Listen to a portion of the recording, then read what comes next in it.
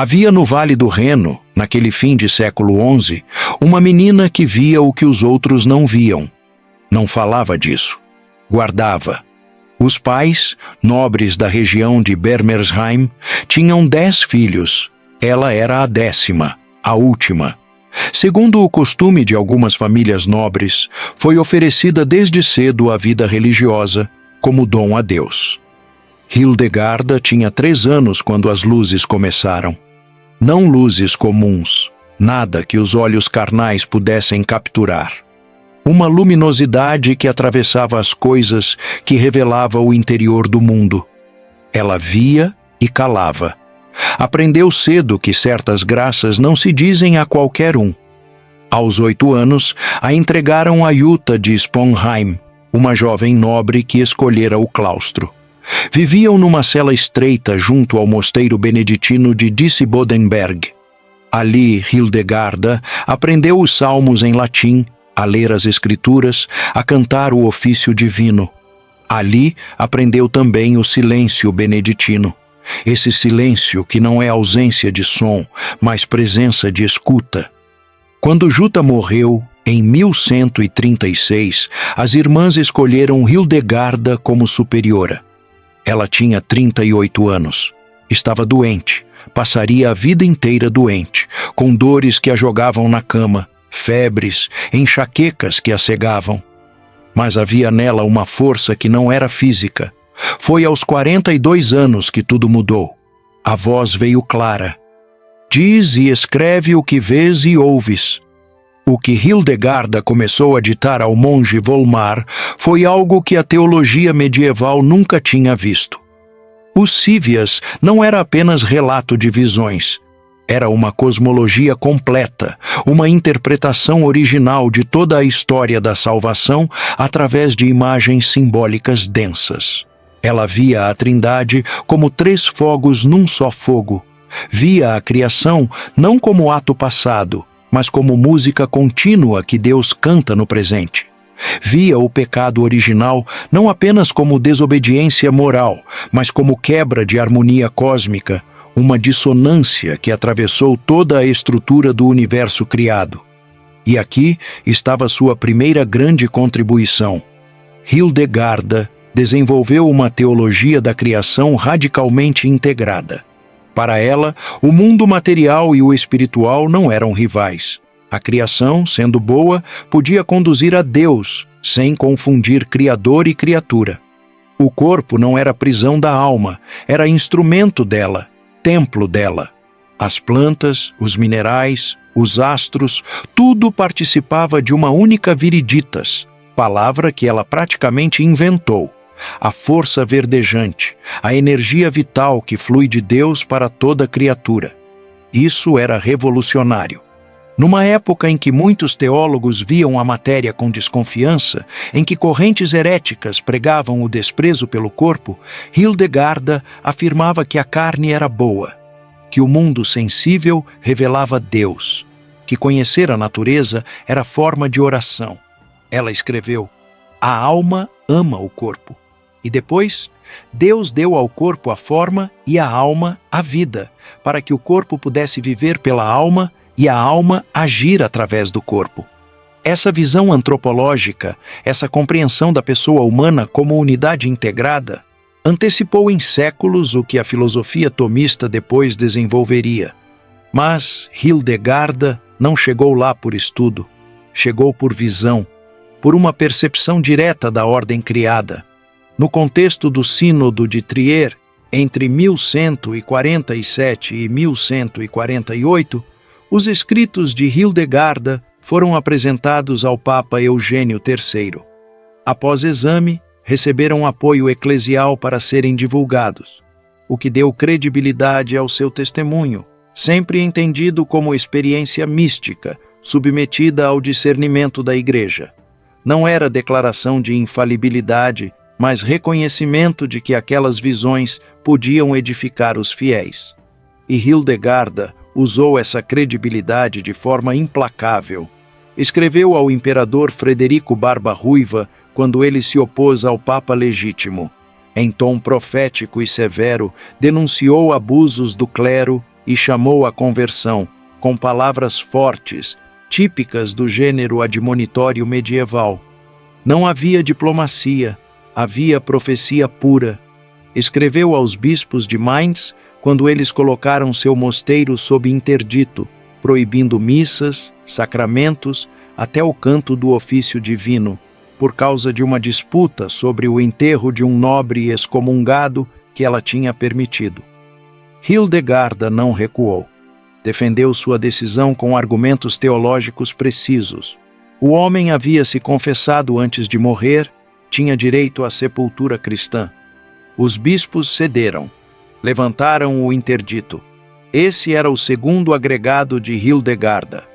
Ela provou que uma mulher podia exercer autoridade profética na igreja sem usurpar a ordem hierárquica. Não pregava contra os bispos, pregava para os bispos. Chamava-os à conversão, à reforma, à santidade, e eles ouviam, porque reconheciam nela não ambição pessoal, mas fogo divino.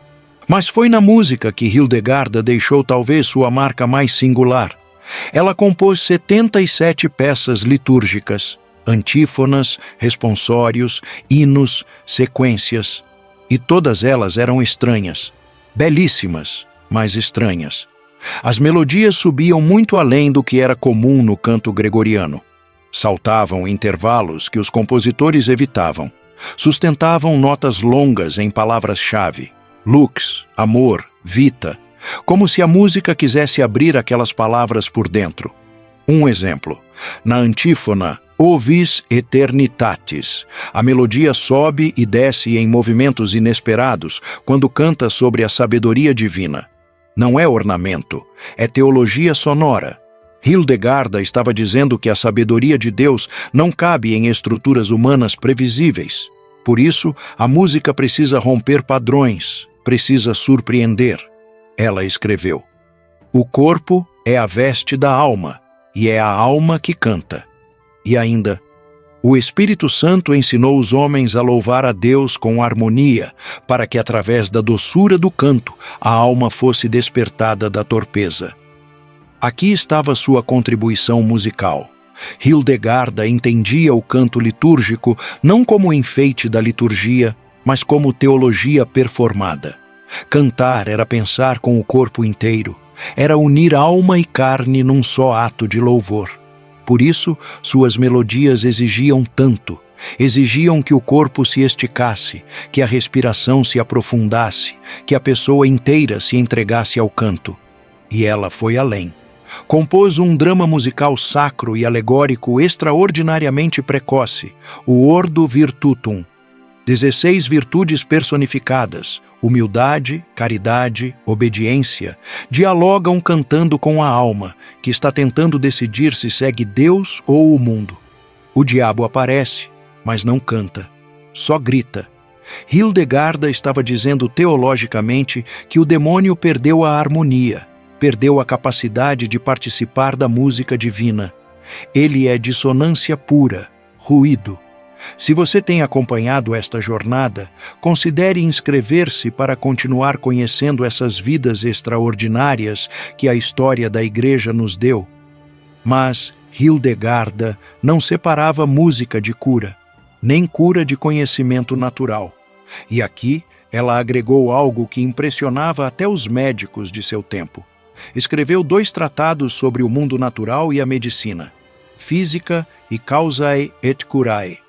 No primeiro, catalogou plantas, árvores, pedras, peixes, pássaros, répteis, metais. Registrou usos de plantas e substâncias comuns à medicina do seu tempo: valeriana, sálvia, lavanda. Algumas dessas intuições têm paralelos com usos posteriores, embora o conjunto pertença ao horizonte médico medieval, à tradição monástica de cuidado dos enfermos. No segundo tratado foi mais fundo. Analisou as causas das doenças. E aqui, sua visão integrada aparece de novo. Para Hildegarda, adoecer não era só evento físico. Era desequilíbrio. A pessoa adoecia quando perdia a harmonia. Harmonia entre os elementos do corpo, harmonia entre corpo e alma, harmonia com o ritmo da criação. Por isso, ela tratava com ervas, mas também com dieta, com remédios naturais e também com oração e bênçãos, buscando a cura integral. Não era misticismo vago, era a compreensão de que a pessoa humana é unidade e que cuidar do corpo sem cuidar da alma, ou vice-versa, era tratar pela metade. Ela reconhecia a bondade da vida conjugal ordenada dentro do matrimônio e a importância de integrar corpo e alma com temperança e caridade. Numa época em que alguns viam o ato conjugal apenas como mal necessário, Hildegarda afirmava que Deus criou o amor humano como bem quando vivido segundo a ordem divina, que reprimir a natureza além da medida, sem discernimento, podia gerar desequilíbrios. Isso não era licenciosidade, era reconhecimento de que Deus fez o homem completo e que a santidade não é destruir a natureza humana, mas ordená-la segundo a graça. Sua terceira obra teológica, Liber Divinorum Operum, foi ainda mais ousada. Ali, Hildegarda apresentou uma cosmologia completa, uma visão de como o universo se estrutura, como o microcosmo humano reflete o macrocosmo divino. Ela viu o cosmos como círculos concêntricos de luz e trevas, com a Terra no centro, não por ingenuidade astronômica, mas por simbolismo teológico. O homem estava no centro porque era a criatura capaz de unir matéria e espírito, tempo e eternidade. Era, nas palavras dela, obra de Deus por excelência. E então ela disse algo extraordinário. O homem contém em si o céu e a terra e todas as criaturas. É uma forma única, e nele todas as coisas estão ocultas. Era uma antropologia cósmica. O ser humano não era criatura isolada, mas nó onde todos os fios da criação se encontram. Por isso, curar um homem era curar parte do mundo. Por isso, santificar a alma tinha repercussão em toda a ordem criada. Hildegarda estava fazendo teologia contemplativa, mística, mas não no sentido de vaga, etérea. Era mística concreta, cheia de imagens precisas, de relações claras entre as coisas. Seus diagramas, que ela mesma desenhava ou orientava, mostravam Deus como fogo circular abraçando o universo. Mostravam Cristo como cabeça de um corpo cósmico. Mostravam a igreja como mulher vestida de sol. Não era poesia apenas. Era visão teológica rigorosa, expressa em linguagem simbólica. E ela agregou também uma eclesiologia profética, uma compreensão da igreja que a maioria de seus contemporâneos não tinha. Hildegarda via a igreja como corpo vivo, organismo espiritual. Quando o clero se corrompia, não era só questão moral, era doença no corpo, cancro, necrose. E ela não hesitava em fazer o diagnóstico, sempre chamando à conversão, nunca ao desprezo pela hierarquia. Mas ao mesmo tempo defendia a igreja com ferocidade. Quando os cátaros, hereges que pregavam que a matéria era má e que havia dois deuses, um bom e um mau, começaram a se espalhar pela Europa, Hildegarda escreveu e pregou contra eles. Viajou, já velha, fazendo 4 grandes jornadas de pregação pública. Ia de cidade em cidade denunciando o erro. Há um só Deus, dizia, e ele criou tudo bom. Essa era sua posição, reformar a igreja por dentro, sem destruí-la. Purificar, não abandonar. Chamar ao arrependimento, não à revolta. E nisso ela antecipou os grandes reformadores católicos, Francisco de Assis, Catarina de Sena, Teresa de Ávila. Todos eles viram os problemas. Todos eles falaram com dureza. Mas nenhum rompeu. Ficaram, sangraram, sofreram dentro da igreja, porque sabiam que ela era, apesar de tudo, corpo de Cristo. Hildegarda morreu em 17 de setembro de 1179. Tinha 81 anos. O que ela deixou não foi sistema teológico fechado, foi abertura. Foi uma maneira nova de olhar a criação, o corpo, a mulher, a doença, a música, tudo. Foi prova viva de que Deus fala por quem Ele quer. que não precisa de universidades nem de títulos, que pode escolher uma mulher doente vivendo num mosteiro remoto e fazer dela voz profética. Ela provou que contemplação não é fuga do mundo, é mergulho no coração do mundo. É ver Deus em tudo, na pedra, na erva, no canto, no corpo que dói e que cura.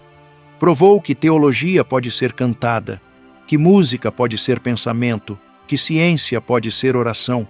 E provou que mulher pode ter autoridade na igreja sem usurpar nada, sem imitar homens, sem negar sua feminilidade. Hildegarda falava como mulher, via como mulher, curava como mulher. E justamente por isso tinha o que dizer que ninguém mais dizia. Seu legado permanece. Suas músicas são cantadas, seus tratados são estudados, suas visões continuam desafiando quem tem coragem de lê-las, porque são difíceis, densas, exigentes. Mas o que ela nos deixou, acima de tudo, foi isto: uma cosmovisão onde tudo está ligado, onde nada se desperdiça, onde a menor erva medicinal e a mais alta contemplação mística participam da mesma realidade, participam da vida que vem de Deus, fonte de toda a fecundidade, aquilo que Hildegarda expressa com a imagem da viriditas, a força verdejante que faz brotar, crescer, florescer, curar, cantar, que possamos, como ela, ver o mundo assim, cheio de Deus, cheio de sentido, cheio de música ainda não cantada. Amém.